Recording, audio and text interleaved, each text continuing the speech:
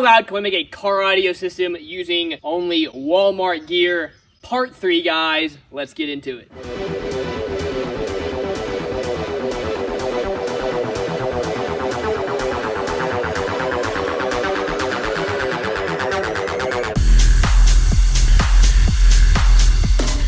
Now, I just want to remind all my viewers that we are giving away this CT Sounds 1400 watt amp. This thing is beautiful. Cannot wait to ship this out to one of y'all. Now, as I mentioned, if we got to 60,000 subscribers, I would be throwing in a $100 bill along with this amp. So, and we got there, guys, so we're definitely doing that. But we're already at almost 62,000 subscribers. So I think by the time we get done with this, we'll be at 65,000 subscribers. So if we do that, guys, I'll be throwing in another $200 bills, so $300 along with this amp.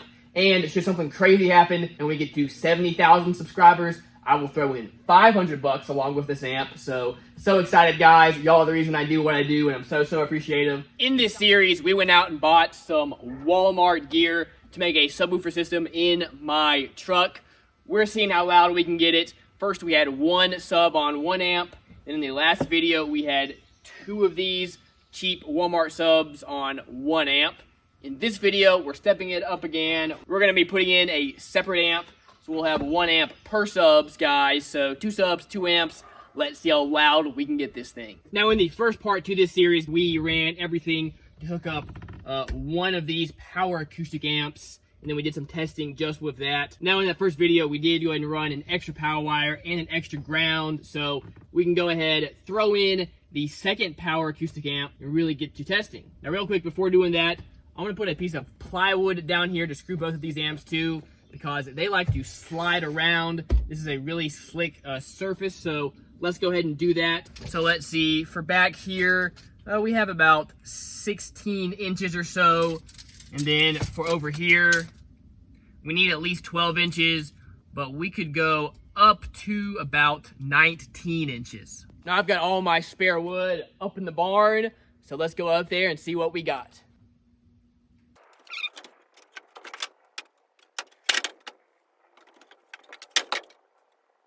Maybe we can make something work with this fella right here.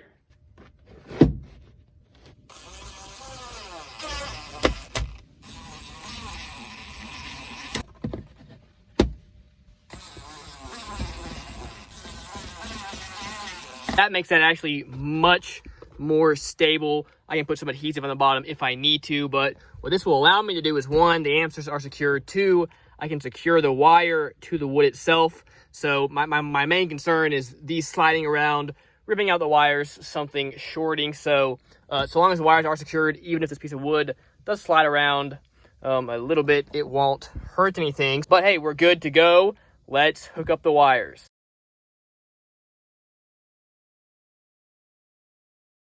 Not here to claim this is the neatest wire job of all time, but this will get the job done for this test. All right, we threw the next fuse in, so let's power the car on, see if these things work.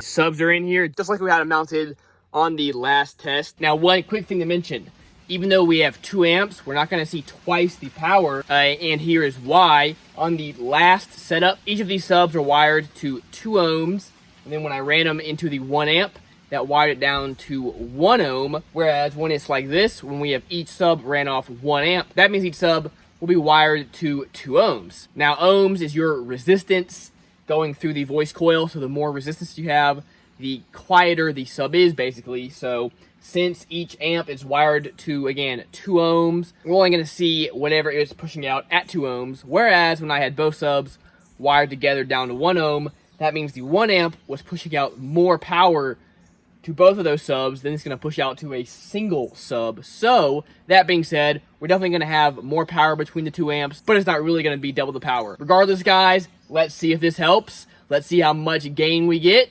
Let's get into it.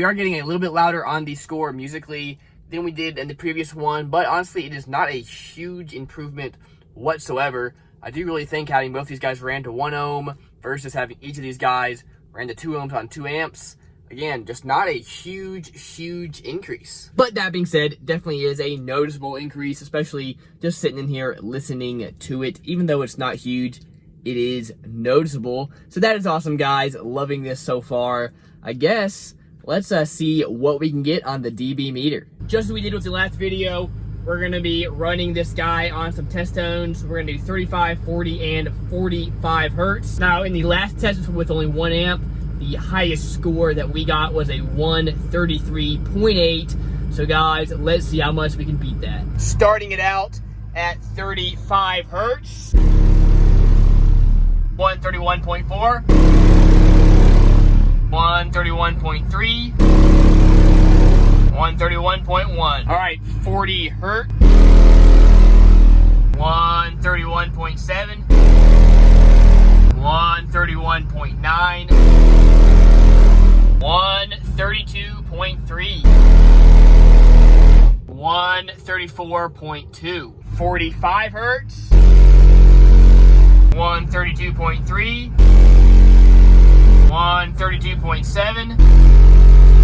There we go, beat it a little bit, 134.1. Y'all, that is super interesting. So again, in the last video with 1 amp, of course, wired to 1 ohm, we got a 133.8 was the top that we could get. Whereas with these guys, again, exact same subs, ran on 2 amps, but each sub is wired to 2 ohms. We only got a 134.2, I believe, is the highest I got. So that is a bit of an increase, almost half a dB gain, which is, hey, a gain is a gain, so you can't be mad at it. But that really is crazy. Adding a full another amp really, in this case, did not help out that much. Now, I think that really just goes to show how important impedance is when you're planning a system.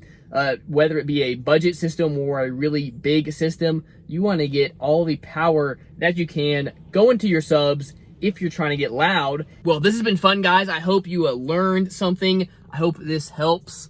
Once again, if you're thinking about getting a system like this, honestly, I would say just stick to 1 amp. These little amps actually aren't terrible. They really do push these guys pretty decently, and they seem to run at 1 ohm, no problem. I have these things in here. I really pushed them, drove around the bunch with it, and guys, it is done just fine. And I know in the last video when I posted it, tons of people in the comments were talking about how they ran theirs at 1 ohm as well, and they hadn't had any issues for a really long time. So once again, guys, seems like not worth the extra $100 in my opinion. If I were you, I stick with the 1 amp on both these subs. All right, bassheads, that's gonna do it for this video. Really hope you enjoyed it. Remember, stay tuned for the giveaway. Cannot wait to ship out the amp along with the cash. So cannot wait to do that. I think next video, we're gonna do the 412s. We're gonna be building a box for that. And maybe that'll be the final build video in this, for this series, and then we'll be giving away the amp. So again, stay tuned for that. Anyway, guys, that's gonna do it for this video. Remember, as always, keep bassing on.